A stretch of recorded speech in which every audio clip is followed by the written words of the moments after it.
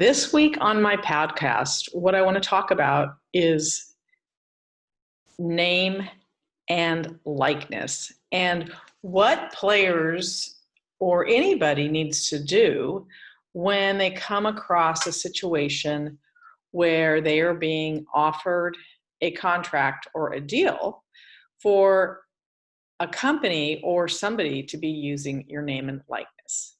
There are three really important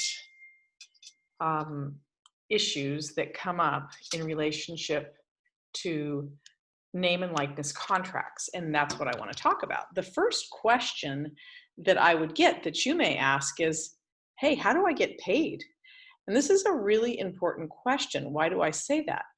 When I have negotiated deals for clients, athletes, that have to do with endorsements, the biggest struggle honestly is often getting paid by the company. Why is that?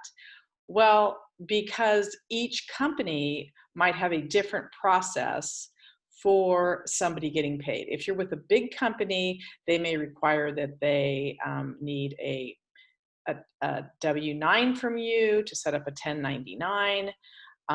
Maybe it wasn't clear in the contract, which is really important, and this is why I'm bringing up this topic. It needs to be very clear in the contract when you're getting paid. I suggest when it comes to dealing with the money part of the contract that you ask, like let's say you're going to, for example, a company asks you to appear at an event for them. You are doing what we call a personal appearance. And they are going to pay you $5,000 for the personal appearance. I would request that you get $2,500 up front, and then you get $2,500 once the event is complete.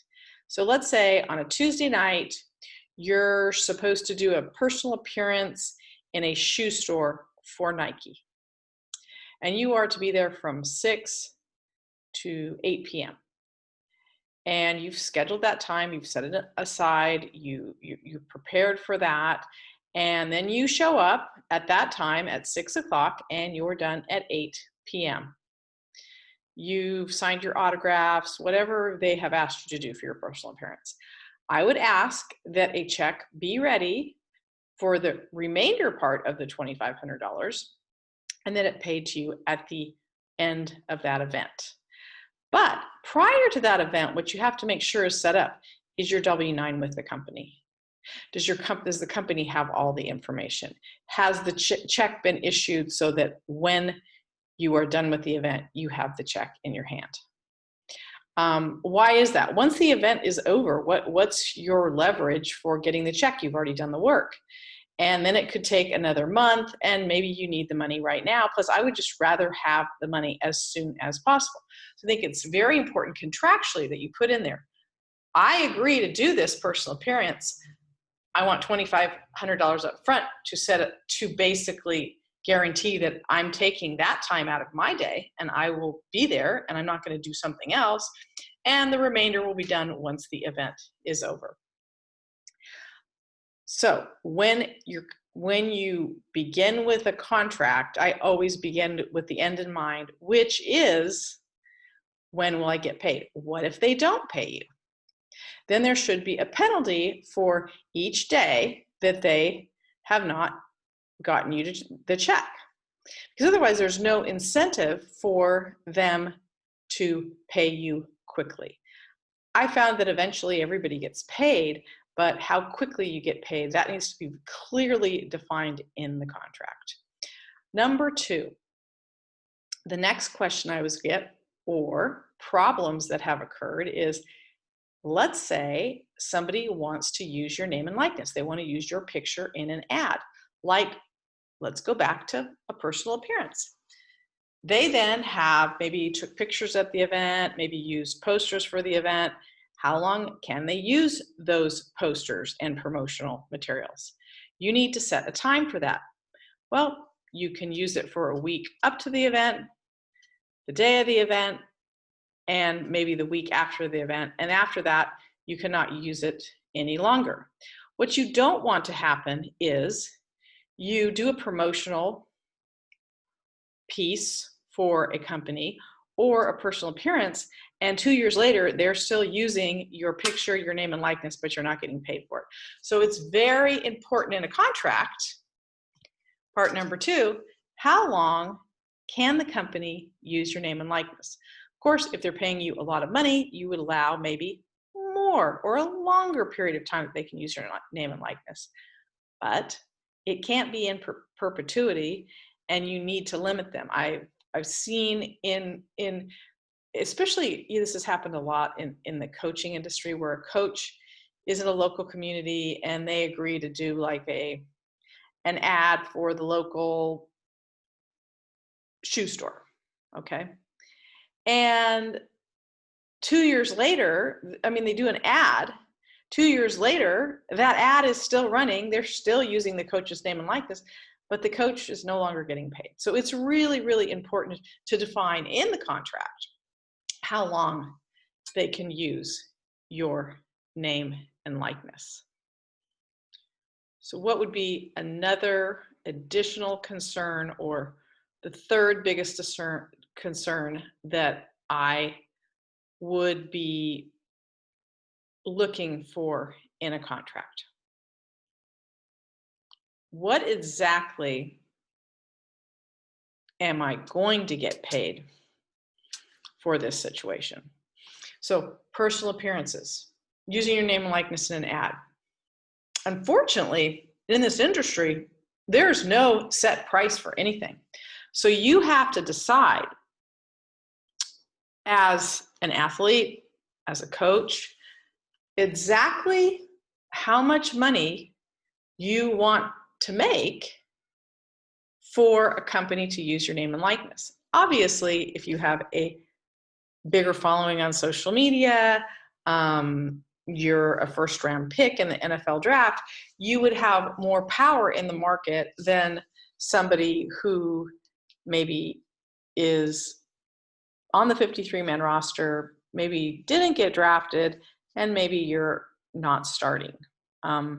So those things, how much you're worth, is really, in a sense, going to be up to you. Don't be unrealistic, but you have to have some ideas about how much is my time worth, how much is my name and likeness worth, because it is really all over the map.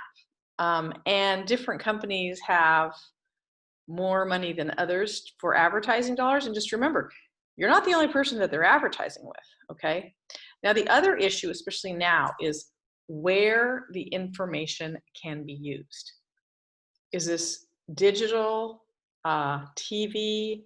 I want a personal appearance.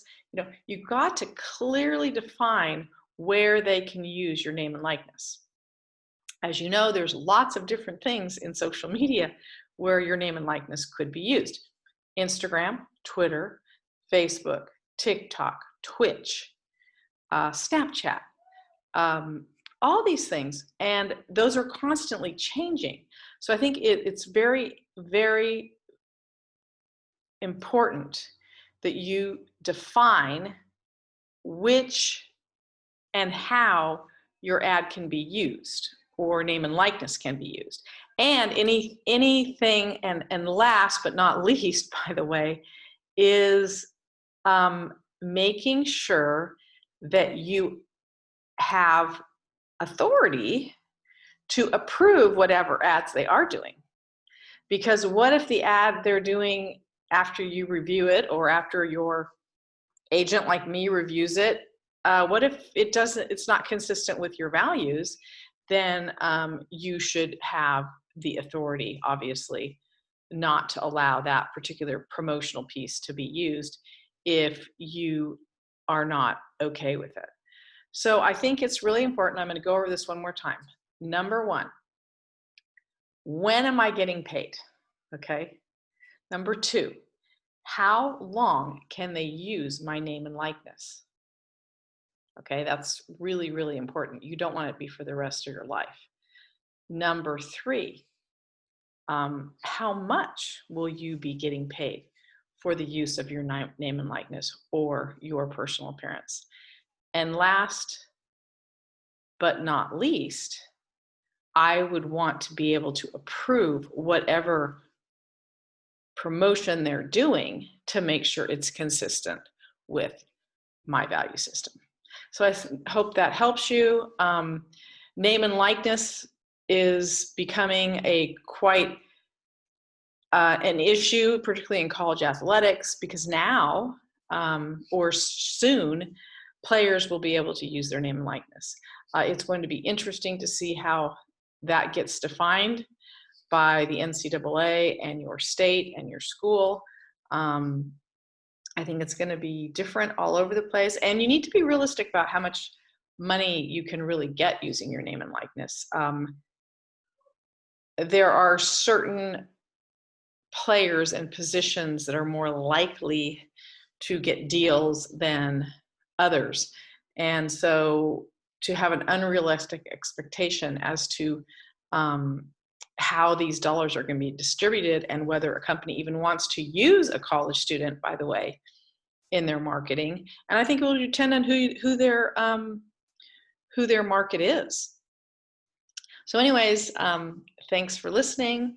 And just so you know, for those of you who are coaches out there that are looking for an agent, I am setting up meetings right now, and there's a Calendly link that will be in the show notes where you can set up an appointment. If you are an aspiring sports agent, I have Sports Agent Academy, and there's a link to that in the show notes.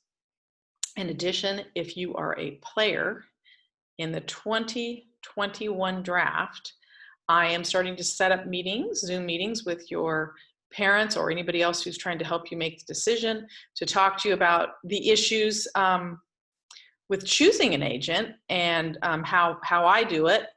And particularly, I think one of the issues that most agents don't talk about is how much an agent charges for their services and what that looks like when you get your first paycheck or you make that 53-man roster or you get a large signing bonus.